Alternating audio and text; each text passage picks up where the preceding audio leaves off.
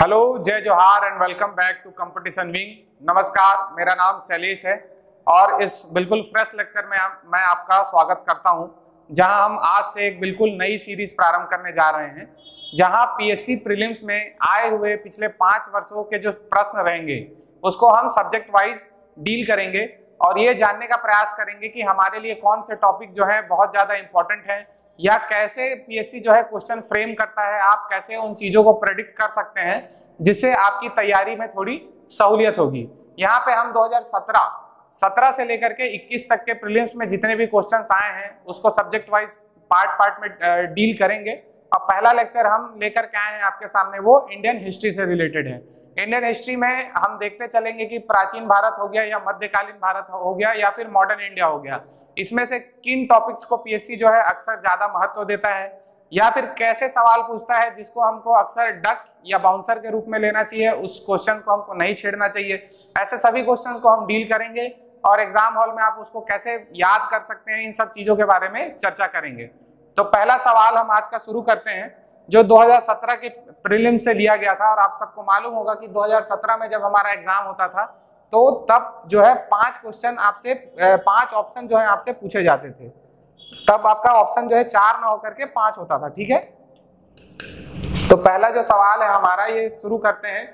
वर्ष 1945 की प्रमुख घटनाएं निम्नलिखित थी। The following were the main events of the year 1945। इसमें पूछना चाह रहा है कि 1945 में जब स्वतंत्रता आंदोलन चल रहा था तो उस वर्ष घटित कौन कौन सी घटनाएं थी। मतलब इसमें से हमको ऑड वन आउट सेलेक्ट करना है, इसमें से कोई एक घटना होगी जो 1945 में ना घटित होकर के किसी अन्य वर्ष में घटित हुई होगी। तो चारों ऑप्शंस हम देख लेते हैं। सबसे पहले यहाँ पे दिया हुआ है वेवेल योजना।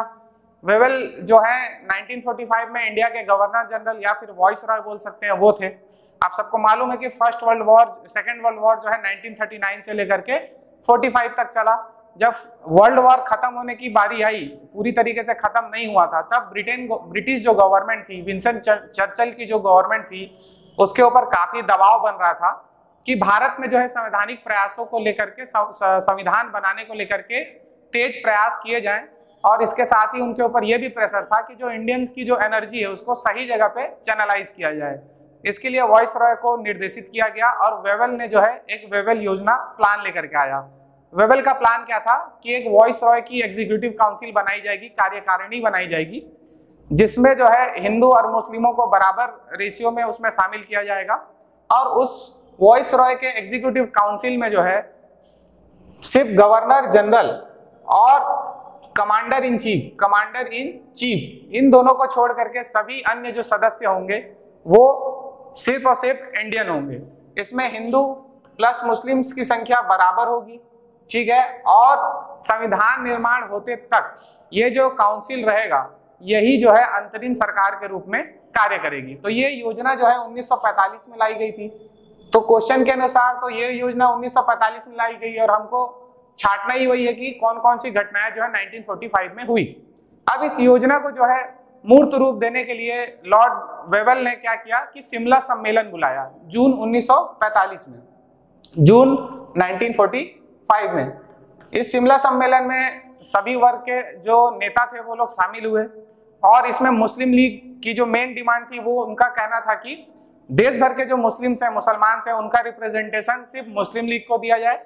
जबकि कांग्रेस की मेन मांग थी कि ऐसा नहीं है, सभी वर्ग को हम अपने तरफ से भी रिप्रेजेंटेशन देंगे, मुसलमानों का एक्चुअल रिप्रेजेंटेशन सिर्फ मुस्लिम लीग नहीं हो सकता। तो इन दोनों कारणों से जो है वेवेल योजना फेल हो गई। तो ये इससे हम देख सकते हैं कि 1945 में ये दोनों घटना घटी है। तीसरा जो ऑप्शन है वो नौसेना विद्रोह है और चौथा जो ऑप्शन है वो आजाद हिंद फौज का मुकदमा है। नौसेना विद्रोह जो हुआ था ये आपका 1946 का घटना है। ये इसके घटने की मेन कारण ही था आपका आजाद हिंद फौज पर मुकदमा। इसके अलावा 2 और रीजन थे, उसको हम देखेंगे, लेकिन पहले हम ऑप्शन 4 को देखते चलते हैं। आजाद हिंद फौज पर मुकदमा सेकेंड वर्ल्ड वॉर के खत्म होने के बाद और नेताजी सुभाष चंद्र बोस की रहस्यमय मृत्यु के बाद में जो आईएनए के जो फौज अधिकारी थे उनको अरेस्ट कर लिया गया और उनके खिलाफ भारत में मुकदमा चलाया गया, जिसे बहुत ही पॉपुलर तरीके से हम जानते हैं, जिसे लाल किला का मुकदमा, रेड फोर्ट ट्रायल के नाम से जाना जाता है। इसमें क्या हुआ, 3 सैन्य अधिकारी थे, शाहनवाज और एक इसका नारा भी है कि लाल किले से आई आवाज, सहगल, ढिल्लो, शाहनवाज। तो ये सहगल, ढिल्लो और शाहनवाज जो थे, ये 3 बहुत बड़े आईएनए के अधिकारी थे जिन्होंने आईएनए की ट्रूप्स को जापान से भारत आते हुए लीड किया था। इनके खिलाफ जो ट्रायल चलाया गया लाल किले में, यही आपका आजाद हिंद फौज मुकदमा है, जिसकी शुरुआत भी 1945 में हुई थी। ठीक है, और आजाद हिंद फौज मुकदमा जो चल रहा था उसमें बहुत फेमस वकील जैसे कि आपके जवाहरलाल नेहरू और इनके अलावा भूला भाई देसाई, ये लोग इनके वकील थे जो बचाव पक्ष में इनके तरफ से लड़ रहे थे। तो ये तीनों हम देख सकते हैं कि कैसे 1945 की घटना है। जबकि नौसेना विद्रोह जो हुआ ये बॉम्बे में किया गया। बॉम्बे में एक आपका जहाज था HNIS तलवार करके, उसके जो नौसैनिक थे उन लोगों ने, जो रेशियल डिस्क्रिमिनेशन होता है और अखाद्य भोजन मिलता था उनको, इन दोनों कारणों से, और आईएनए के जो सैनिक थे उनके ऊपर ट्रायल चलाया जा रहा था, इन तीनों कारणों से उन्होंने अपने जहाज पे विद्रोह कर दिया। और इसके अलावा एक BC दत्त करके एक नौसैनिक थे जिन्होंने क्विट इंडिया कर जो नारा होता है वो उन्होंने जहाज में लिख दिया था, तो उनको अरेस्ट कर लिया गया। इससे क्या हुआ, जो नौसैनिक थे उनका गुस्सा काफी बढ़ गया, उन्होंने विद्रोह प्रारंभ कर दिया। तो ये 1946 की घटना है। तो इसमें से हमको ऑड वन आउट, तो हमको पता चल गया कि नौसेना विद्रोह 1946 का है। तो हमारा आंसर क्या हो जाएगा कि हमारा जो वेवल योजना, शिमला सम्मेलन और आपका आजाद हिंद फौज जो था, ये तीनों घटनाएं 1945 की थी। तो 1, 2, 4 जो है वो आपका आंसर हो जाएगा। ठीक है, अगले क्वेश्चंस की तरफ चलते हैं हम। अगला जो आप हमारा सवाल है ये है 1857 के पश्चात निम्नलिखित लोकप्रिय आंदोलन हुए। The following popular movements awkward after 1857। 1857 में हम सबको पता है कि भारत में स्वतंत्रता का प्रथम संग्राम हुआ था। इसमें यह पूछना चाह रहा है कि 57 के पश्चात होने वाले आंदोलनों को हमको छांटना है। तो संथाल विद्रोह हमको पता है झारखंड सिंहभूम एरिया में हुआ था, और इसके जो प्रसिद्ध नेता थे वो आपके सिधो कान्हो और इनके 2 और अन्य भाई थे। इसका मेन कंसर्न क्या था कि वहां पे बाहरी जमींदारों को ला करके बसाया जा रहा था, जिससे ट्राइबल्स की जो राइट्स का हनन हो रहा था। इसी के खिलाफ मेन संथाल विद्रोह किया गया, जिसे हम प्रथम सशस्त्र विद्रोह भी मान सकते हैं भारत का। और ये जो घटना हुई थी ये 1855 में हुई थी। अगर आप सिर्फ ये डिडक्ट कर लेते हैं तो भी आपका आंसर जो है आ जाएगा, क्योंकि ये 57 से पहले की घटना है। नील क्रांति जो हम देख रहे हैं 1859-60 में घटी। जो यूरोपियन नील इंडिगो कल्टीवेटर्स थे, जो यूरोपियन इंडिगो कल्टीवेटर्स थे, वो बंगाल के कृषकों को नील की खेती करने के लिए मजबूर किया करते थे, और उनसे उनका जो रोजगार उन्मूलक कृषि होता है उसका नुकसान होता था। इसके लिए ये मेन विद्रोह किया गया, और इसका ईयर जो है 1859-60 था। दक्कन कृषकों के दंगे ये 1875 में घटा था, और ये जो है आपके मुख्य रूप से गुजरात और महाराष्ट्र के क्षेत्र में, जो वहां पे आपके जो गुजराती और मारवाड़ी व्यापारी थे उनके बहुत सारे करप्ट प्रैक्टिसेस की वजह से ये जो कृषक थे इन्होंने दंगे को अपना रिसेंटमेंट का तरीका बनाया। इसके अलावा बिरसा मुंडा का विद्रोह जो है वो बहुत पॉपुलर है। ये 1899 से लेकर के 1900 तक घटा था। उल गुलान का नारा इन्होंने दिया था बिरसा मुंडा ने। इनको जो है मुंडा समुदाय और ट्राइबल समुदाय के द्वारा भगवान का दर्जा दिया जाता है। तो ये हम 3 विद्रोह जो है देख सकते हैं। तो 1857 के बाद घटने वाली जो घटनाएं थी वो नील क्रांति थी, दक्कन कृषकों के दंगे थे और बिरसा मुंडा का विद्रोह था। तो 2, 3, 4 जो है ये आपका आंसर हो जाएगा, मतलब आंसर आपका बी हो जाएगा। इसमें आपको समझना क्या जरूरी है, इसमें जो 3 घटनाएं हैं संताल विद्रोह, बिरसा मुंडा, ये दोनों जो है ट्राइबल रिवॉर्ड्स के पार्ट हैं। ट्राइबल रिवॉर्ड्स, तो ट्राइबल रिवॉर्ड्स बहुत ही इंपॉर्टेंट है, इसको हमको इंडियन हिस्ट्री में अच्छे से पढ़ाई करने की जरूरत है। इसके अलावा जो नील क्रांति और दक्कन कृषकों के दंगे, मतलब कि ये पीजेंट मूवमेंट्स, मतलब कि जो किसानों के जो मूवमेंट्स चले हैं इंडिया में आजादी से पहले के, इससे रिलेटेड टॉपिक है। तो ये 2 टॉपिक से आप आगे आने वाले स्लाइड्स में भी देखेंगे कि बार बार सवाल जो है रिपीट होते रहते हैं। तो इन टॉपिक्स को आपको हाईलाइट करके आपको अच्छे से पढ़ना है, ठीक है। चलिए अगला सवाल क्या है, ये भी 2017 का ही आपका सवाल है। नवपाषाण युग में भारतीय उपमहाद्वीप के उत्तर पश्चिम क्षेत्र में निम्नलिखित में से किस स्थान पर कृषि के अभ्युदय के प्रारंभिक प्रमाण प्राप्त हुए हैं? During the neolithic age the earliest evidence of the origin of agriculture has been found at which of the following place in north western part of India. तो हमको पता है कि हम विश्व के इतिहास को जो है 3 पार्ट में बांटते हैं, पेलियोलिथिक एज, मेसोलिथिक एज और neolithic age. Palaeolithic age, mesolithic age और नियोलिथिक एज। जो 5 लाख से लेकर के 10,000 BC तक का जो टाइम है इसको पेलियोलिथिक एज बोला जाता है, जबकि 10,000 से लेकर के कहीं कहीं 7,000 और कहीं कहीं 4,000 तक का जो 4,000 BC तक का जो इरा है उसको मेसोलिथिक एज, और आफ्टर 4,000 और आफ्टर 7,000 BC टू 1,000 BC यहाँ तक का जो टाइम है इसको नियोलिथिक एज बोला जाता है। नियोलिथिक एज जब हम पढ़ते हैं, ये बिल्कुल प्राचीन भारत का प्रथम चैप्टर है, इसको हमको अच्छे से अगर हम अध्ययन करते हैं तो हमको पता चलता है कि एग्रीकल्चर के सबसे पुराने ट्रेसेस जो है वो बलूचिस्तान, जो प्रेजेंट डे पाकिस्तान के पास लोकेटेड है, यहाँ के मेहरगढ़ से प्राप्त हुआ था। यहाँ पे सबसे पहले एग्रीकल्चर के ट्रेसेस प्राप्त हुए। इसके अलावा सेटल्ड एग्रीकल्चर के ट्रेसेस प्राप्त हुए हैं। जब सेटल्ड एग्रीकल्चर स्टार्ट हो गया तो यहाँ पे अनाज को भंडारण करने के लिए भंडार गृह जो ग्रेनरी होता है उसके भी ट्रेसेस हमको प्राप्त हुए हैं। इसके अलावा यहाँ पे जो पोट्री बनाने के लिए कुम्हार लोग यूज करते हैं, जिसको पैर से ऑपरेट करते हैं, ये सारी चीजें प्राप्त हुई हैं। तो मेहरगढ़ एक इंपॉर्टेंट साइट है, नियोलिथिक साइट है और एग्रीकल्चरल साइट है। तो इससे हमको क्या समझ में आता है कि जो नवपाषाणकालीन जो सभ्यता रही है या फिर नवपाषाणकालीन जो साइट रहे हैं उनको भी हमको पढ़ना जरूरी है। नवपाषाणकालीन साइट्स या फिर मेहरगढ़ को जो है आपका इंडस वैली सिविलाइजेशन का पूर्वगामी भी हम बोल सकते हैं। और इसके अलावा जो है आपके यहाँ पे पत्थर के जो पॉलिश्ड टूल्स होते थे जिसको हम कृषि के कार्यों में उपयोग करते थे वो भी यहाँ से प्राप्त हुए हैं। तो इसमें हमको क्या समझ में आता है कि जो नियोलिथिक साइट्स हैं या नियोलिथिक एज से जो हमारा इतिहास शुरू हो रहा है उसको भी हमको अध्ययन करना है। ठीक है, तो इसका आंसर जो है आपका बी हो जाएगा। 2017 में आए आखिरी क्वेश्चन को हम देखते हैं। ये कह रहा है कि निम्नलिखित कथन पढ़िए। हरिसेन समुद्रगुप्त के दरबार का एक प्रसिद्ध कवि था, उसने देवी समुद्रगुप्तम महाकाव्य की रचना की और बोल रहा है कि वह प्रयाग प्रशस्ति का भी रचयिता था। तो हम अगर गुप्त काल को अच्छे से पढ़ाई करते हैं तो हमको पता चलता है कि समुद्रगुप्त जो था उसके दरबार में भी नवरत्न हुआ करते थे। इसके अलावा मध्यकालीन भारत में भी हम देखेंगे कि अकबर के दरबार में भी नवरत्न पाए जाते थे।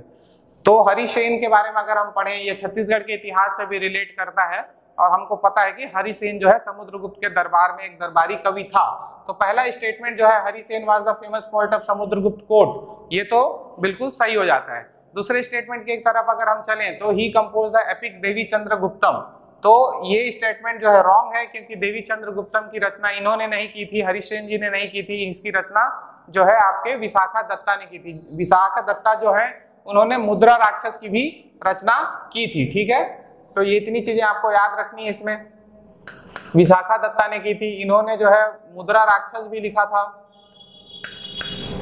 इसके अलावा जो है गुप्त इरा से संबंधित जो है कालिदास जी के जितने भी फेमस रचनाएं हैं उनको भी आपको बिल्कुल याद करके चलना है क्योंकि अक्सर ऑब्जेक्टिव टाइप एग्जाम्स में यहाँ से सवाल बनता रहता है।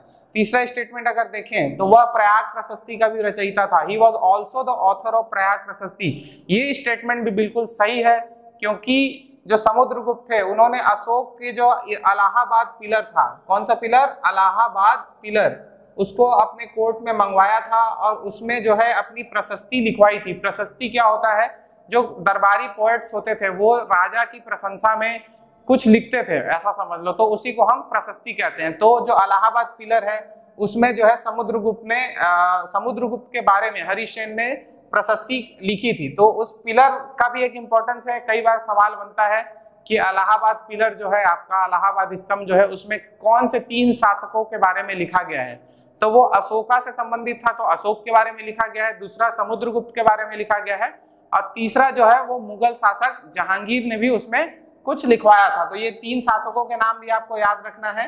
अशोका हो गया, दूसरा ये समुद्रगुप्त हो गए और तीसरा जो है जहांगीर हो गए।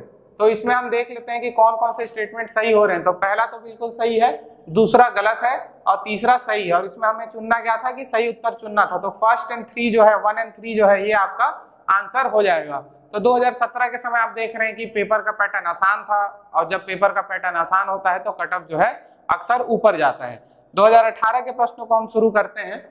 2018 में टोटल 7 प्रश्न आए थे और अब 2018 में पैटर्न बदल चुका है। अब 5 की जगह 4 ऑप्शन देने लग गया था, A, B, C और D। तो पहला हमारा क्वेश्चन जो है महात्मा गांधी द्वारा दक्षिण अफ्रीका में प्रकाशित पत्रिका का नाम क्या था?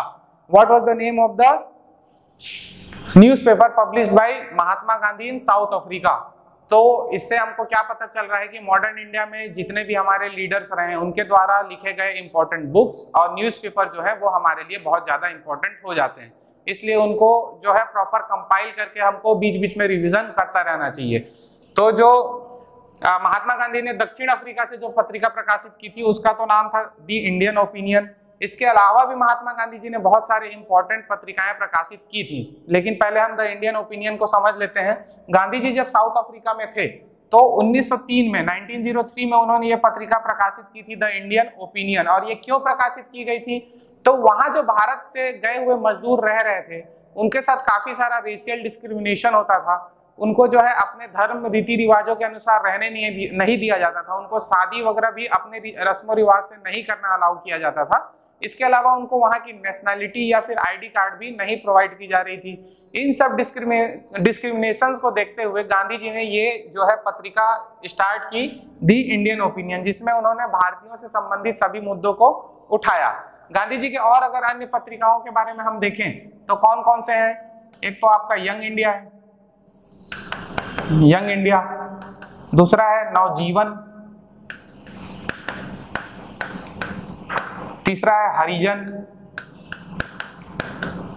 हरिजन जो है 1932 में लाया गया था। नवजीवन जो है 1920s के आसपास में लाया गया था। और इसके अलावा आपका यंग इंडिया, तो ये तीनों जो पत्रिका है यंग इंडिया, नवजीवन और हरिजन, ये तीनों आपको याद रखना है। इसके अलावा द इंडियन ओपिनियन, ये चौथा पत्रिका हो गया। ये तीनों ही पत्रिका जो है इंडिया में आने के बाद प्रकाशित हुई थी और ये जो है साउथ अफ्रीका से प्रकाशित की गई थी। तो गांधी जी इंडिया कब आए थे, आने के बाद कितने आंदोलन किए, कौन कौन से आंदोलन में उनकी क्या क्या भूमिकाएं रही हैं, कौन कौन से कांग्रेस सेशन में पार्टिसिपेट किए हैं, इसके अलावा उनकी पत्रिकाएं बहुत ज्यादा इंपॉर्टेंट हो जाती हैं। हरिजन जो पत्रिका थी वो पूना पैक्ट के बाद उन्होंने स्टार्ट किया था। ये ऑपरेश क्लासेस की मुद्दों को इसमें उठाया जाता था, ठीक है। दूसरा अगर देखें नेशनल हेराल्ड, तो हाल ही में बहुत ज्यादा खबरों में रहा। 1938 में इसे पंडित जवाहरलाल नेहरू जो हमारे प्रथम प्रधानमंत्री थे उन्होंने शुरुआत की थी। इसे भी जो है हम समझ सकते हैं कि नेशनल मूवमेंट से संबंधित मुद्दे ही इसमें उठाए जाते थे। तीसरा अगर देखें तो लीडर जो है 1910 में, नेशनल हेराल्ड 1938, लीडर जो है 1910 में मदन मोहन मालवीय जी के द्वारा स्टार्ट किया गया था। ये शुरुआती तौर पे अंग्रेजी की एक पत्रिका थी, अंग्रेजी का एक न्यूज़पेपर था। लास्ट अगर देखें दी पायनियर, तो दी पायनियर जो है इंग्लिश का एक पत्रिका था, 1865 से प्रकाशित हो रहा है और यह भारत में प्रकाशित होने वाला अंग्रेजी का दूसरा सबसे पुराना न्यूज़पेपर है। तो जब हम भाषा की पढ़ाई करते हैं मेंस के पेपर 1 में, तब भी जो समाचार पत्र है वो हमारे लिए बहुत ज्यादा इंपॉर्टेंट है। इसके अलावा ऑब्जेक्टिव एग्जाम में आप देख ही सकते हैं, पीएससी जैसे एग्जाम में भी यहाँ से सवाल बनाता रहता है। तो इसका सही आंसर है दी इंडियन ओपिनियन। अगले क्वेश्चन की तरफ हम चलते हैं।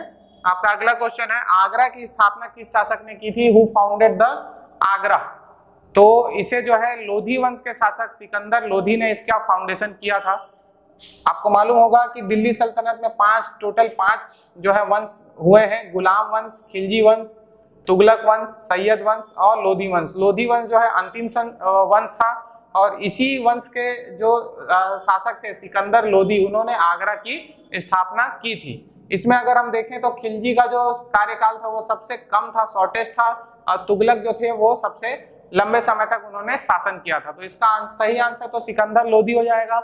लेकिन इसमें हमको जब आंसर डिडक्ट करना है तो हमको ये देखना है कि अकबर से संबंधित भी क्या क्या महत्वपूर्ण चीजें हैं, फिरोज शाह तुगलक से संबंधित क्या क्या इंपॉर्टेंट चीजें हैं और शाहजहां से संबंधित भी क्या क्या इंपॉर्टेंट चीजें हैं। जैसे अकबर के बारे में हम जानते ही हैं कि अकबर के काल को मुगल काल का स्वर्ण युग कहा जाता है और इनका जन्म जो है 15 अक्टूबर 1542 को हुआ था और सिर्फ 13 साल की उम्र में इनका राज्याभिषेक कर दिया गया था। शुरुआती तौर पे बैरम खान जो है इनके संस्थापक थे, संरक्षक थे, माफ कीजिएगा, बैरम खान जो है, और इन्होंने दीने इलाही नाम का एक नया धर्म भी स्टार्ट किया था। दीने इलाही नाम का एक नया धर्म स्टार्ट किया था। इसके अलावा इनकी ये काफी सहिष्णुता रखते थे हिंदू, मुस्लिम और अन्य सभी धर्मों के तरफ। इसके अलावा फिरोज शाह तुगलक के बारे में देखें तो ये तुगलक डायनेस्टी से थे। मोहम्मद बिन तुगलक के बाद ये शासक बने थे। मोहम्मद बिन तुगलक की मृत्यु के बाद ये उनके कजन थे जिनको अमीरों ने शासक बनाया था। इरिगेशन के ऊपर बहुत सारा इन्होंने काम किया था। इनको इरिगेशन का एक शुरुआती मतलब प्लान लाने वाला व्यक्ति के रूप में हम इनको याद कर सकते हैं। इसके अलावा जो है जजिया भी इन्होंने पहली बार हिंदुओं पे लगाया था, जजिया का कर इन्होंने लगाया था, फिरोज शाह तुगलक। और शाहजहां के समय में हमको पता है कि मुगल काल में जो है स्थापत्य का स्वर्ण युग हम कहते हैं। स्थापत्य मतलब आर्किटेक्चर, जो आज हम आगरा का ताजमहल देखते हैं या लाल किला देखते हैं, जामा मस्जिद देखते हैं, और ऐसे तमाम स्थापत्य हैं जो शाहजहां के टाइम पे शुरू किया गया था। ठीक है, इनका निक नेम क्या था? खुर्रम। तो ये सारी चीजें आपको याद रखनी है। इससे क्या समझ में आ रहा है कि जो दिल्ली सल्तनत है हमारा, दिल्ली सल्तनत और दिल्ली सल्तनत के बाद मुगल्स, इसको अच्छे से पढ़ने की जरूरत है। इसमें लीडर्स, इनके जो राजा रहे हैं, जो सुल्तान रहे, इनको तो याद करना ही है, लेकिन इसके अलावा जो इनका आर्किटेक्चर है, जो स्थापत्य है, स्थापत्य हो गया या फिर जो आपका साहित्य हो गया, किसके समय किस चीज की रचना हुई या फिर किसको अनुवाद किसने किया, ये सारी चीजों को हमको पढ़ने की जरूरत है। तो ये मध्यकालीन इतिहास का पार्ट है और ये दोनों चीजों को आपको अच्छे से ध्यान रखना है। 18 के अगले क्वेश्चन अगर हम देखें तो 10 रोजा पत्रिका राष्ट्रीय आंदोलन के दौरान किसने प्रारंभ की थी? मैंने शुरुआत में भी बताया, जब गांधी जी की पत्रिका के बारे में सवाल आया तो पत्रिका से संबंधित सवाल जो है अक्सर पूछे जाते रहते हैं। तो 10 रोजा पत्रिका के बारे में हम देख लेते हैं। तो 10 रोजा जो पत्रिका था वो अब्दुल गफ्फार खान जो थे हमारे, जिनको सीमांत गांधी के नाम से भी जाना जाता है, उन्होंने शुरू किया था, और वो भी नेशनल मूवमेंट के दौरान।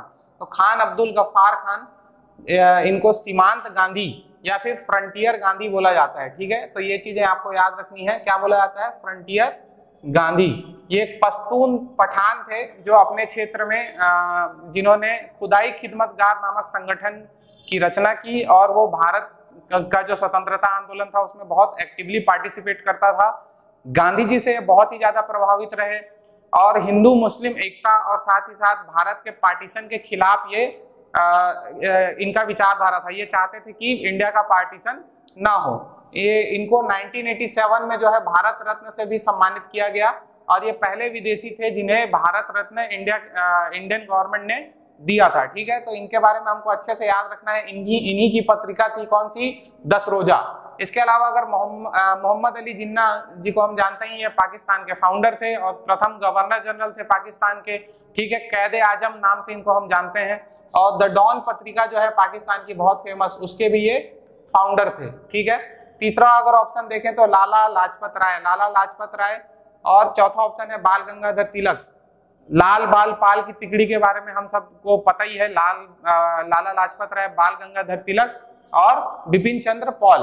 तो लाला लाजपत राय, इनको केसरे हिंद, माफ कीजिएगा, शेरे पंजाब के नाम से भी जाना जाता था। और साइमन कमीशन के विरोध के दौरान 1928 में पुलिस द्वारा लाठीचार्ज किया गया, जिससे गंभीर रूप से घायल हो गए और कुछ दिन सरवाइव करने के बाद इनकी मृत्यु हो गई। ठीक, और अगला जो है बाल गंगाधर तिलक, 1917 में जो होम रूल लीग की स्थापना इन्होंने की। इसके अलावा केसरी और मराठा पत्रिका, केसरी और मराठा जो पत्रिका थी, ये लिखते थे। केसरी जो है इंग्लिश की पत्रिका थी। ये सवाल अक्सर पूछता रहता है कि केसरी जो है कौन से लैंग्वेज की पत्रिका थी। इसके अलावा मराठा जो है, माफ कीजिएगा, केसरी जो है ये मराठी की पत्रिका थी, और मराठा जो है ये इंग्लिश में लिखी जाती थी। वैलेंटाइन सिरोल ने जो है बाल गंगाधर तिलक को the father of Indian unrest भी कहा है। कई बार ये सवाल भी बन चुका है।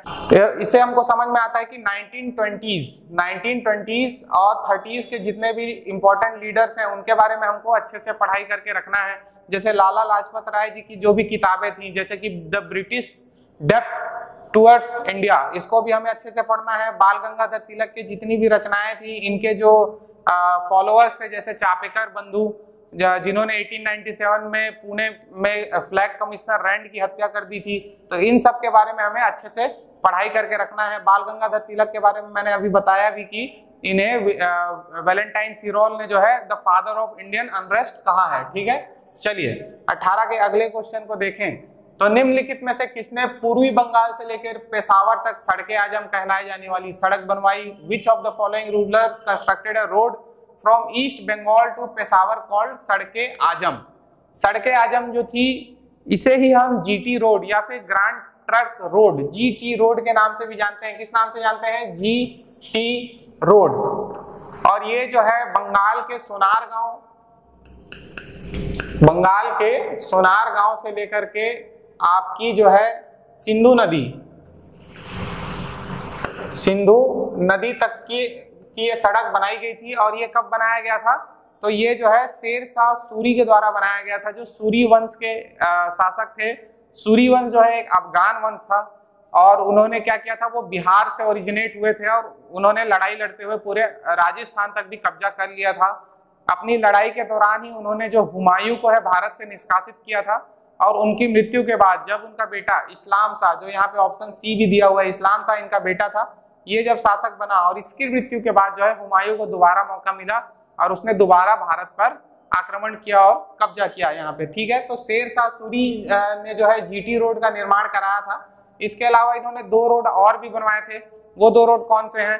तो पहला तो ये हो गया कि लाहौर से पेशावर तक, लाहौर जो अभी पाकिस्तान में है, अमृतसर के बिल्कुल बगल में, तो लाहौर से लेकर के पेशावर, लाहौर से पेशावर तक सड़क बनवाई थी। पेशावर को कहा जाता है कि ये मिडिल ईस्ट जाने के लिए एक जंक्शन था बिल्कुल, तो ये रोड्स पे काफी ध्यान देते थे।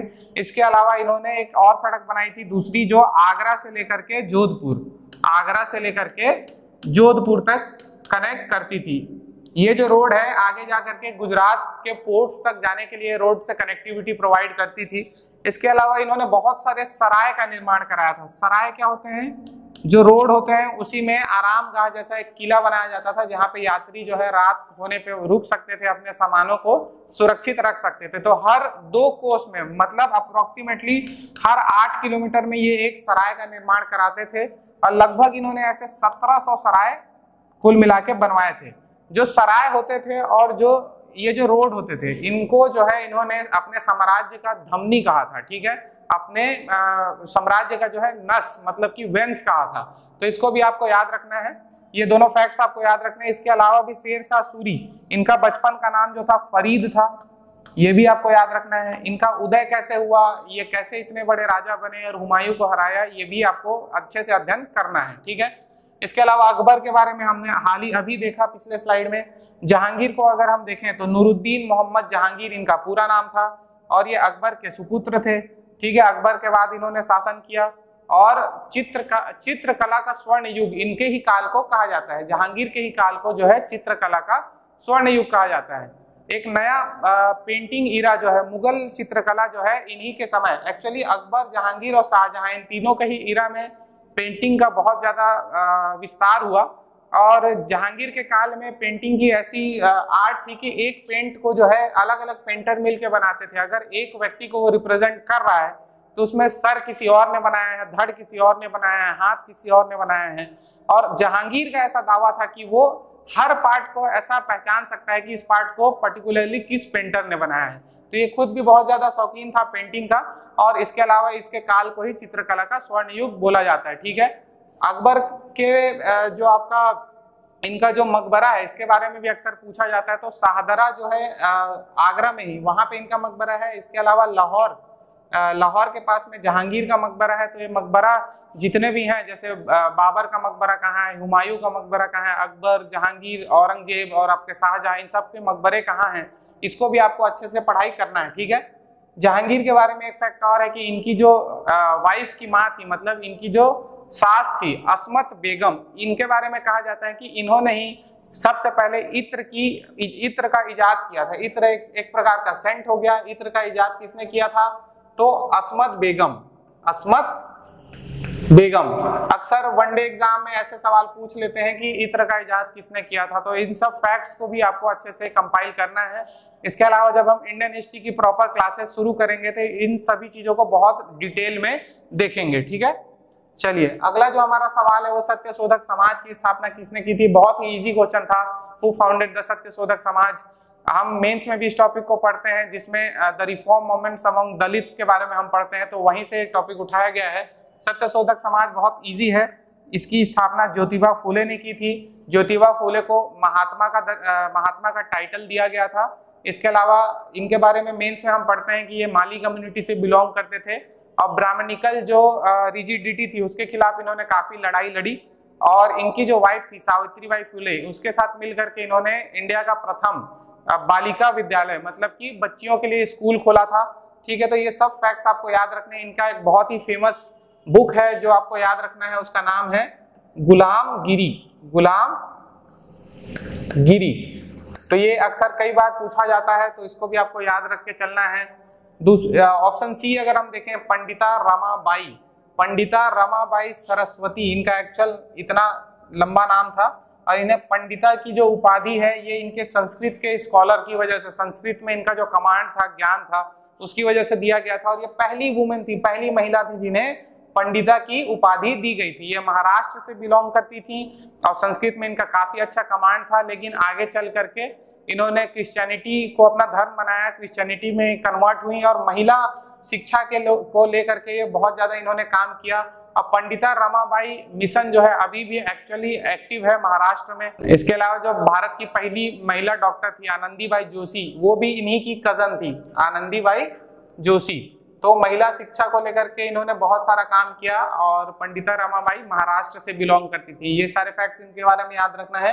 केशव चंद्र सेन, ये किस चीज से जुड़े हुए थे? तो जो हमारे 1773 सर थोड़ा कट कर देंगे यार, राजा राम ब्रह्म समाज, चल लो शुरू, ठीक है। ऑप्शन बी जो है हमारा केशव चंद्र सेन जी के बारे में। केशव चंद्र सेन जो है ब्रह्म समाज से जुड़े हुए थे। ब्रह्म समाज के फाउंडर कौन थे हम सबको मालूम है, राजा राम मोहन रॉय, राजा राम मोहन रॉय, ठीक है। तो इन्हें क्या कहा जाता है, तो फादर ऑफ मॉडर्न इंडिया भी कहा जाता है। इनके द्वारा जो ब्रह्म समाज बनाई गई थी उससे आगे चल करके देवेंद्रनाथ टैगोर भी जुड़े और देवेंद्रनाथ टैगोर के बाद में केशव चंद्र सेन जुड़े। ऐसा कहा जाता है कि ब्रह्म समाज को जो नेशनल कैरेक्टर मिला, जो नेशनल पॉपुलैरिटी मिली, वो केशव चंद्र सेन के प्रयासों से ही मिली। लेकिन आगे चल करके देवेंद्रनाथ टैगोर और केशव चंद्र सेन में जो है मतभेद उत्पन्न हो गए, तो दोनों ने अलग अलग ब्रांचेस बना लिए ब्रह्म समाज के। एक का नाम था आदि ब्रह्म समाज और दूसरे का नाम था भारतीय ब्रह्म समाज। भारतीय ब्रह्म समाज को जो है केशव चंद्र सेन लीड कर रहे थे, जबकि आदि ब्रह्म समाज को जो है देवेंद्रनाथ टैगोर लीड कर रहे थे। तो इसमें ये पूछता है सवाल कि इसका डिवीजन कब हुआ था, ब्रह्म समाज का डिवीजन कब हुआ था, इससे कई बार सवाल पूछे हैं। इसके अलावा ब्रह्म समाज के फाउंडर के बारे में बहुत बार सवाल बना है, तो इसको हमको याद रखना है। आगे चल के भारतीय ब्रह्म समाज का फर्दर और डिवीजन होता है आनंद मोहन बोस के लीडरशिप में। जो भारतीय ब्रह्म समाज है वो और दो पार्ट में बढ़ता है, तो इसके कब कब डिवीजन हुए उसको भी आपको याद करके रखना है। पहला ऑप्शन जो है बी आर अम्बेडकर, इनके बारे में हम जानते हैं कि 1927 में इन्होंने महाड़ आंदोलन चलाया था। इसके अलावा मुक नायक नाम की एक इनकी बहुत पॉपुलर पत्रिका थी, और इसके अलावा he is also known as father of Indian constitution. तो इसका जो आंसर था आपका सत्यशोधक समाज का, ये हो गया आपका ज्योतिबा फुले। तो देखिए ये जो जितने भी रिफॉर्म मूवमेंट्स हैं हमारे इंडिया में, हिंदू रिलीजन से रिलेटेड जितने भी रिफॉर्म मूवमेंट्स हैं, जैसे कि आपका हो गया ब्रह्म समाज और दूसरा हो गया आपका आर्य समाज, दयानंद सरस्वती जी से रिलेटेड, और जितने भी हैं आपके आत्माराम पांडुरंग जी का जो महाराष्ट्र में चलाया गया था वो सारा इवेंट। तो जो जितने भी रिफॉर्म मूवमेंट्स है उसको हमको याद रखना है। इसके अलावा माइनॉरिटीज में जितने भी रिफॉर्म मूवमेंट चलाए गए हैं, माइनॉरिटीज के अंदर जितने भी अहमदिया आंदोलन हो गया और इसके अलावा जो दुद्दू मियाँ का आंदोलन था, ये सारी माइनॉरिटीज के जो रिफॉर्म मूवमेंट्स है वो भी बहुत इंपॉर्टेंट है।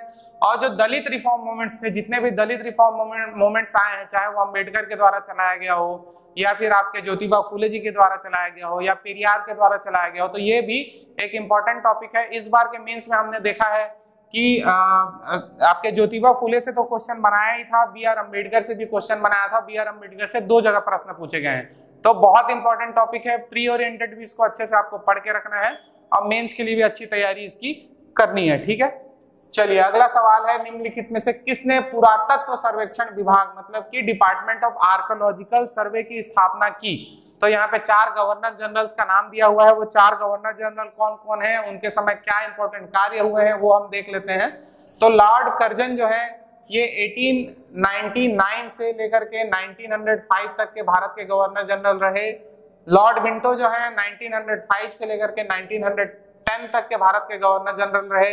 हार्डिंग जो है 1910 से लेकर के 1916 तक गवर्नर जनरल रहे, जबकि चेम्सफोर्ड जो है 1916 से लेकर के 1921 तक के भारत के गवर्नर जनरल रहे। तो गवर्नर जनरलों को याद करने का सबसे इजी तरीका तो यही है कि इनके ईयर के क्रम को आप याद रखें, और ईयर का क्रम अगर आपको याद रहेगा तो इसमें इस दौरान घटी सभी महत्वपूर्ण घटनाओं को आपको रिलेट करने में आसानी होगी। तो जैसे पहला ऑप्शन अगर हम देखें तो लॉर्ड कर्जन जो है, इनके समय रेलवे बोर्ड का गठन हुआ था, रेलवे बोर्ड का गठन हुआ था। दूसरा सबसे इंपॉर्टेंट हुआ 1905 में जो है बंगाल विभाजन हुआ, डिवीजन ऑफ बंगाल हुआ, ठीक है, जिसमें वेस्ट बंगाल और ईस्ट बंगाल में बांट दिया गया बंगाल को। तीसरा जो है इनका इंपॉर्टेंट वो यही है कि आपका जो है पुरातत्व सर्वेक्षण विभाग की स्थापना इनके समय में की गई थी। तो इस क्वेश्चन का जो आंसर हो जाएगा वो लॉर्ड कर्जन हो जाएगा। इसके अलावा अगर लॉर्ड मिंटो के बारे में देखें तो 1905 से 1910 इस दौरान क्या क्या इंपॉर्टेंट घटनाएं हुई होंगी। तो 1906 में हमको पता है कि मुस्लिम लीग की स्थापना हुई। 1907 में सूरत अधिवेशन हुआ जिसमें कांग्रेस दो पार्ट में बट गई, जिनको मॉडरेट्स और एक्सट्रीमिस्ट कहा जाता है, नरम दल और गरम दल में बट गई। 1909 में मोर्ले मिंटो रिफॉर्म्स आया, मोर्ले मिंटो सुधार आया और मुसलमानों को जो है, मुस्लिम्स को जो है सेपरेट रिप्रेजेंटेशन दे दिया गया। ऑप्शन सी जो है लॉर्ड हार्डिंग जो है, लॉर्ड हार्डिंग एक्चुअली दो बार आते हैं। जब सबसे पहली बार लॉर्ड हार्डिंग 1 जो आए वो 1809 के आसपास आए थे और उन्हीं के समय में बहुत पॉपुलर अमृतसर की संधि जो है राजा रंजीत सिंह के द्वारा साइन की गई थी। और ये जो लॉर्ड हार्डिंग है 1910 से 1906 तक रहे। इस दौरान क्या क्या इंपॉर्टेंट घटनाएं घटी, तो 1911 में जो है राजधानी परिवर्तन किया गया और कलकत्ता से जो है राजधानी को परिवर्तित करके दिल्ली लाया गया, ठीक है, दिल्ली लाया गया। तो जब ये राजधानी परिवर्तन हो रहा था तो 1912 में जब ये प्रोसेसिंग निकाल रहे थे दिल्ली में, तो रास बिहारी बोस और सचिन सान्याल के द्वारा इनकी जो प्रोसेसन थी उसके ऊपर बम फेंक दिया गया, जिसमें इनके बहुत सारे सहायकों की डेथ हो गई और ये जैसे तैसे करके बच गया। तो इसलिए इनका नाम भी याद रखना है। इसी दौरान इन्होंने दिल्ली दरबार भी लगाया था, दिल्ली दरबार भी लगाया था। इंडिया में बिल्कुल फेमाइन का दौर था, ये दिल्ली दरबार लगा के मस्त थे। लॉर्ड चैम्सफोर्ड जो है, देखिए 1916 से 1921 तक, तो 1916 में लखनऊ अधिवेशन हुआ और 1917 के दौर में हम देखते हैं कि होम रूल लीग चल रहा है। इसके अलावा 1919 में रॉलेट एक्ट आया, आपका जलियांवाला बाग हुआ, 1920 में नॉन कॉपरेशन मूवमेंट स्टार्ट हुआ। तो इसलिए इनका नाम बहुत ज्यादा इंपॉर्टेंट हो जाता है। 1917 का जो आपका मॉन्टेग्यू चैम्सफोर्ड रिफॉर्म आया है वो भी बहुत ज्यादा इंपॉर्टेंट है, तो इसलिए इनका भी नाम आपको याद रखना है। बाकी इस क्वेश्चन का आपका आंसर जो है वो लॉर्ड कर्जन है। सभी गवर्नर जनरल्स को याद रखना संभव नहीं है, इसलिए हमको इसे पार्ट में डिवाइड करके इनके किए गए इंपॉर्टेंट काम्स को हमको रिमाइंड करने का प्रयास करना चाहिए। ठीक, अगले प्रश्न की तरफ चलते हैं। आपका अगला क्वेश्चन है, निम्नलिखित में से किसने बौद्ध मत के विस्तार में योगदान नहीं दिया था? Which one of the following rulers did not contributed towards the expansion of Buddhism? तो यहाँ पे 4 रूलर्स के नाम दिए हुए हैं, इसमें से हमको एक रूलर को पहचानना है जिसने बुद्धिज्म के विस्तार में, एक्सपांशन ऑफ बुद्धिज्म में कंट्रीब्यूट नहीं किया था। तो हर्षवर्धन के बारे में जानते हैं कि गुप्त साम्राज्य खत्म होने के बाद में इन्होंने भारत को कंसोलिडेट करने का काम किया और इन्हें अक्सर हम पॉपुलर रूप से अंतिम बुद्धिस्ट सम्राट के रूप में भी याद करते हैं।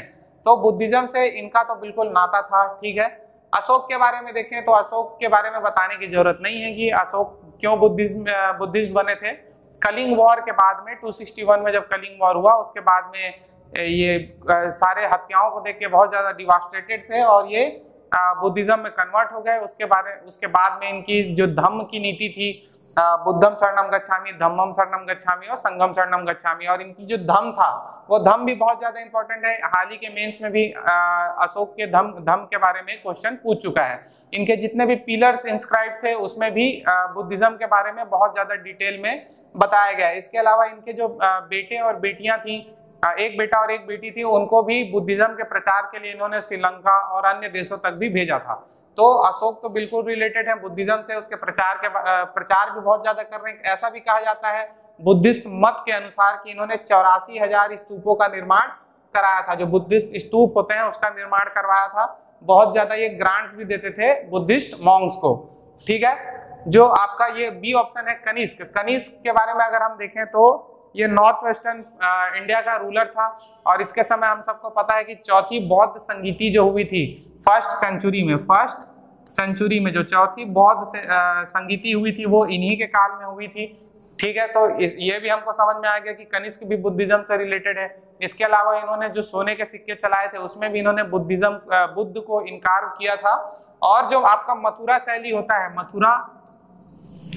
मथुरा शैली और आपका गंधार शैली, ये दोनों शैली जो है बहुत हद तक बुद्धिज्म से रिलेटेड है, और ये दोनों ही शैली का ज्यादातर जो विस्तार जो है वो कनिष्क के समय ही डेवलपमेंट हुआ था। तो हम बहुत आसानी से डिडक्ट कर सकते हैं कि हर्षवर्धन, अशोक और कनिष्क तो बुद्धिज्म से बिल्कुल संबंधित है, जबकि मौर्य काल जब खत्म हुआ तब फिर पुष्यमित्र शुंग का उदय हुआ और इन्होंने वापस जो है हिंदू रिलीजन को एस्टैब्लिश करने का प्रयास किया, और जितने भी इनके स्तूप्स वगैरह थे उनको तोड़ने का काम किया। तो इन्हें the reestablisher of Brahmanism in India बोला जाता है। तो इसका आपका जो करेक्ट आंसर हो जाएगा वो पुष्यमित्र शुंग हो जाएगा। अश्वमेध यज्ञ भी इन्होंने कराया था, तो वो भी एक फैक्ट आप इनके बारे में याद रखेंगे। इसमें एक और इम्पोर्टेंट फैक्ट निकल के आता है, जो चारों बौद्ध संगीति हुई है, बुद्धिज्म कब कब 2 पार्ट में डिवाइड हुआ है, और जब बौद्ध संगीति हो रही थी तो उसका लोकेशन कहाँ कहाँ रहा, उस समय शासक कौन से थे, और इसके अलावा उसकी अध्यक्षता किसने की। जैसे अशोक के बारे में अगर हम देखें तो तृतीय जो बौद्ध संगीति है वो अशोक के समय ही पाटलिपुत्र में हुई थी, चौथी बौद्ध संगीति कनिष्क के समय कश्मीर में हुई थी, दूसरी जो बौद्ध संगीति हुई थी वो काल अशोक के समय में 283 बीसी में हुई थी, और पहली जो बौद्ध संगीति हुई थी वो 483 बीसी में ही की गई थी। तो ये चारों बौद्ध संगीति के फैक्ट्स को आपको याद रखना है, ठीक है। चलिए अगला टॉपिक हम देखते हैं कि भारतीय यात्रा में फाहयान ने एक अस्पताल का उल्लेख किया था, यह कहाँ स्थित है। तो फाहयान एक बहुत ही एंशिएंट ट्राइबल थे, जो ट्रैवलर थे, जो चाइना से पैदल चलते हुए इंडिया आए थे, धार्मिक रीजन से ये ट्रैवल कर रहे थे, और गुप्त साम्राज्य के काल में ये भारत आए थे, और इन्होंने जो एक हॉस्पिटल के बारे में उल्लेख किया अपने यात्रा में, वो जो है पाटलिपुत्र का हॉस्पिटल है, ठीक है। तो भारत में जितने भी यात्री आए हैं, चाहे वो प्राचीन भारत में फाहयान हो, ह्वेनसांग हो, या मध्यकालीन भारत में जितने भी यात्री रहे हैं, उनके ट्रैवल डिटेल्स को हमको पढ़ना बहुत ही जरूरी है। छत्तीसगढ़ में भी जो आपके ह्वेनसांग आए थे उनके बारे में भी अक्सर सवाल पूछता है, और इंडिया में जितने भी यात्री आए हैं उनके बारे में समय समय में सवाल पूछते रहता है। इससे रिलेटेड सवाल कैसा बनता है, एक तो ये पूछेगा कि ये किसके शासन काल के दौरान आए थे, तो वो आपको याद रखना है। जितने भी इंपॉर्टेंट जो यात्री हैं उनका एक कॉलम बना लेंगे, अब बगल में किस शासक के दौरान वो आए थे, सबसे पहला फैक्ट ये हो गया। दूसरा उसका ईरा पूछेगा, कौन से दौरान वो आए थे, समय पूछेगा, समय काल पूछेगा, उसको भी आपको याद रखना है। इसके अलावा क्या इन्होंने खास वर्णन किया है भारत में यात्रा के दौरान, इन तीनों फैक्ट को आपको याद रखना है, ठीक है। तो जिस अस्पताल का इन्होंने उल्लेख किया था वो तो पाटलिपुत्र में है, इसका आंसर आपका डी हो गया। चलिए अगले क्वेश्चन की तरफ चलते हैं। प्रमुख तेलुगु कवि श्रीनाथ किसके दरबारी कवि थे। फिर से देखिए दरबारी कवि के बारे में सवाल आ गया, इससे पहले भी हरिसेन के बारे में पूछ चुका है। तो इसमें 4 जो ऑप्शंस हमारे दिए हुए हैं, हरिहर द्वितीय, देवराय प्रथम, देवराय द्वितीय और कृष्णदेव राय। तो ये सवाल कहाँ से बनाया है, तो ये आपके विजयनगर साम्राज्य से बनाया गया एक सवाल है। कहाँ से, विजयनगर एम्पायर से। तो देखिए एक बहुत ही इंपॉर्टेंट साउथ का एम्पायर था, इसके बारे में हमको मिडाइवल हिस्ट्री में बहुत अच्छे से पढ़ाई करनी चाहिए। तो इसमें 4 जो है वंश आए थे, ये भी हमको पता होना चाहिए, संगम वंश, सुलु वंश, तुलु वंश और अरबीडु वंश। तो ये जो शुरू के 3 शासक हैं, हरिहर द्वितीय, देवराय प्रथम, देवराय द्वितीय, ये तीनों ही जो है आपके संगम डायनेस्टी से रिलेटेड थे, संगम वंश से रिलेटेड थे, ठीक है। हरिहर प्रथम ने जो है, हरिहर और बुक्का नाम के 2 भाई थे, दोनों ने मिल करके 1333 एडी में विजयनगर साम्राज्य की स्थापना की थी। और इसके अलावा इनके बारे में बहुत सारे फैक्ट्स हैं कि तालीकोटा के युद्ध से इनका साम्राज्य पूरी तरीके से खत्म हुआ। सबसे पावरफुल शासक कौन थे, ऐसे सवाल अक्सर बनते रहते हैं। और इनके समय में बहुत सारे यात्री थे जिन्होंने भारत की यात्रा की थी, तो वो भी वहां से भी एक इंपॉर्टेंट सवाल बनता है। फिलहाल ये जो सवाल है वो श्रीनाथ जी के बारे में है, ये किसके दरबार में प्रसिद्ध कवि थे। तो इसका आंसर जो आपका हो जाएगा वो देवराय द्वितीय हो जाएगा। देवराय द्वितीय जो है कन्नड़ और तेलुगु के कवियों के बहुत ही बड़े प्रशंसक थे, खुद भी वो एक कवि थे और वो उनको अपने दरबार में जो है जगह देते थे। तो श्रीनाथ जो है वो एक तेलुगु के बहुत प्रसिद्ध कवि थे, इन्हें किंग ऑफ द पोएट्स भी बोला जाता है, ठीक है, कवि सार्वभौम बोला जाता है इनको, ठीक। तो श्रीनाथ के बारे में ये चीजें याद रखेंगे। श्रीनाथ जी के बारे में एक फैक्ट और है कि देवराय द्वितीय ने उनको सोने के सिक्कों से नहला दिया था। इसके अलावा इनका रुतबा इतना था कि जो आपके मेन मुख्य मिनिस्टर होते हैं, जो कैबिनेट मिनिस्टर होते हैं, उनके ही बराबर का इनका दर्जा था और ये देवराय द्वितीय के साथ में ही उठते बैठते थे, ठीक है। देवराय प्रथम जो है इन्होंने अपनी सेना को मजबूत बनाने के लिए घुड़सवारी पे बहुत ज्यादा ध्यान दिया और घोड़े पे चढ़कर जो तीरंदाजी का जो कला होता था उसको सिखाने पे अपनी सेना के ऊपर बहुत ध्यान दिया। इसके अलावा भी इनका जो नेवी वाला विंग था, जो जहाज में जो ऑपरेट करते थे सैनिक, उनको भी इन्होंने मजबूत बनाने में बहुत ध्यान दिया। तो जैसा कि मैंने देखा, हम लोगों ने देखा सबसे पहले संगम वंश, उसके बाद में आपका सुलु वंश आ जाएगा, फिर आ जाएगा आपका तुलु, और लास्ट में अरबीडू।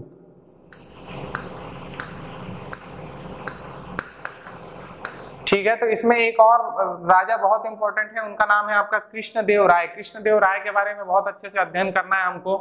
इन्होंने अपना विजय अभियान कहाँ कहाँ किया था, इसके अलावा इनकी दो मुख्य रचनाएं हैं उसके बारे में भी याद करना है। इसके अलावा बाबर ने अपने बाबरनामा में जो है कृष्णदेव राय को दक्षिण भारत का सबसे शक्तिशाली राजा के रूप में भी मेंशन किया है।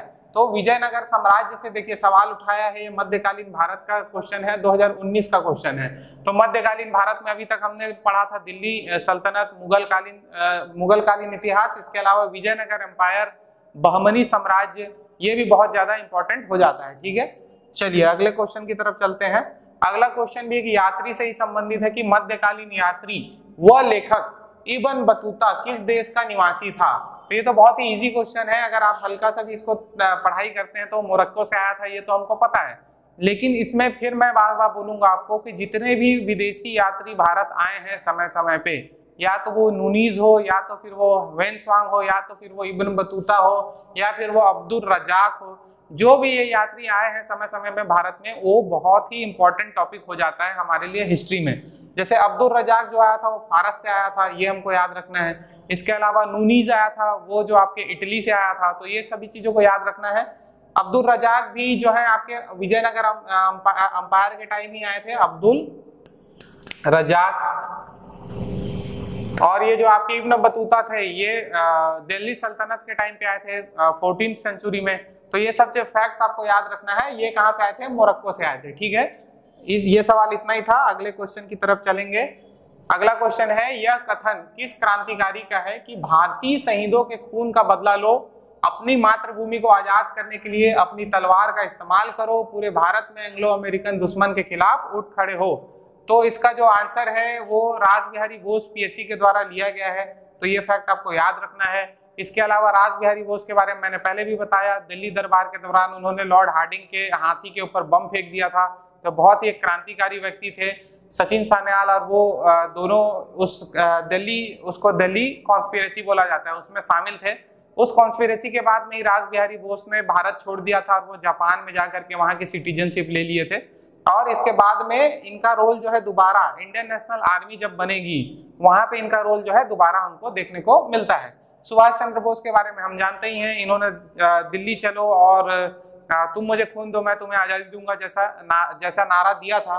इंडियन नेशनल आर्मी के फॉर्मेशन में बहुत बड़ा इनका हाथ रहा और इन्होंने 1939 में कांग्रेस के त्रिपुरी सेशन की अध्यक्षता की थी।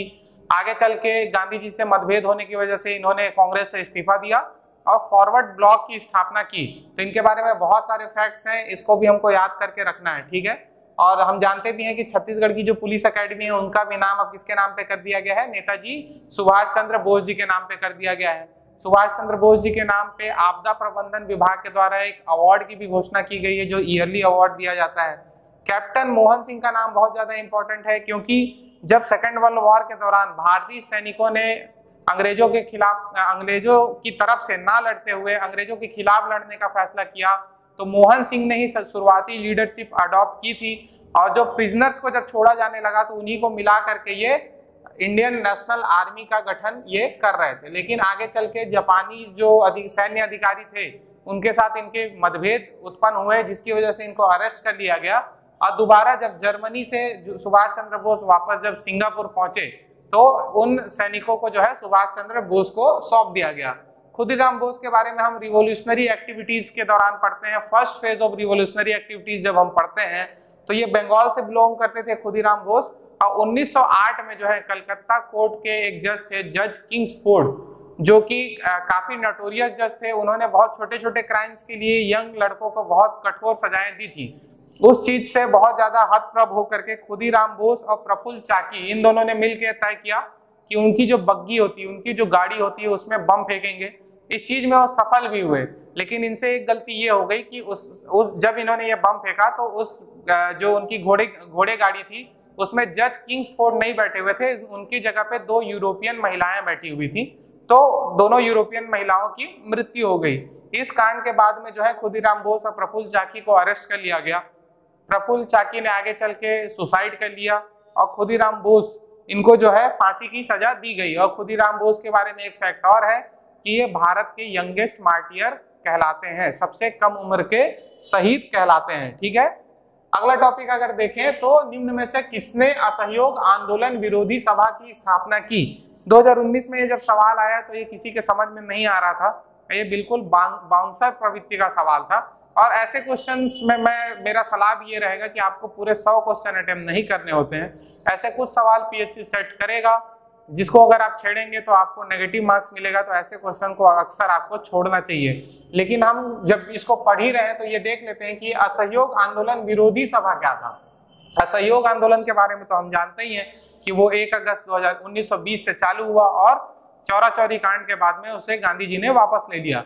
तो फिर ये असहयोग आंदोलन विरोधी सभा क्या थी? Anti non cooperation movement assembly क्या था? तो बॉम्बे के कुछ बिजनेसमैन थे जैसे कि जमुना दास ठाकुर दास, ये 2 अलग अलग व्यक्तियों का नाम है, लेकिन पीएससी ने एक का नाम ले लिया है और एक का सरनेम जोड़ दिया है। ठीक है, तो ये 2 अलग अलग लोग हैं।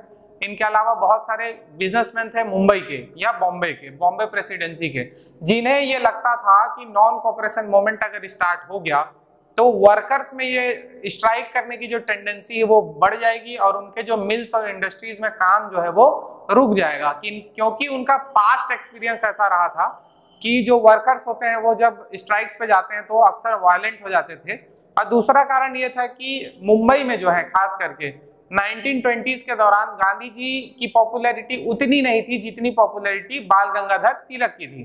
तो इन दोनों वजहों से जो है गांधी जी की जो अपील थी उसके साथ ये बिजनेसमैन सब्सक्राइब नहीं करते थे और इन्होंने जो है anti non cooperation movement assembly की शुरुआत की। तो इस सवाल का आंसर जो है ए हो जाएगा। लेकिन मैं फिर से दोबारा से आपको बोल रहा हूँ, आपको पूरे 100 सवाल नहीं बनाने होते हैं, आपको जो है होशियारी से डील करना होता है। ठीक है, तो 18, 19, 20 का पेपर यहाँ पे कंप्लीट होता है। 21 और 22 का जो लेक्चर रहेगा, जितने भी क्वेश्चंस बच गए हैं उसको हम अगली वीडियो में कवर करेंगे। और ये जो एक बहुत इंपॉर्टेंट जानकारी है जिसमें फेज 1 का हमारा टेस्ट सीरीज ऑलरेडी स्टार्ट हो गया है, इसका तीसरा टेस्ट कल यानी 9 जुलाई को सुबह 10 बजे से हमारे सेंटर में ऑफलाइन, इसके अलावा ऑनलाइन भी ऑर्गेनाइज किया जाएगा। इसमें टोटल 18 टेस्ट हैं जो सभी के लिए एब्सोल्युटली फ्री है। इसको अगर आप देना चाहते हैं तो इस नंबर पे कॉल करके रजिस्टर करके आप इस पेपर को अटेम्प्ट कर सकते हैं और अपनी तैयारी को जो है मजबूत कर सकते हैं। ठीक है, धन्यवाद।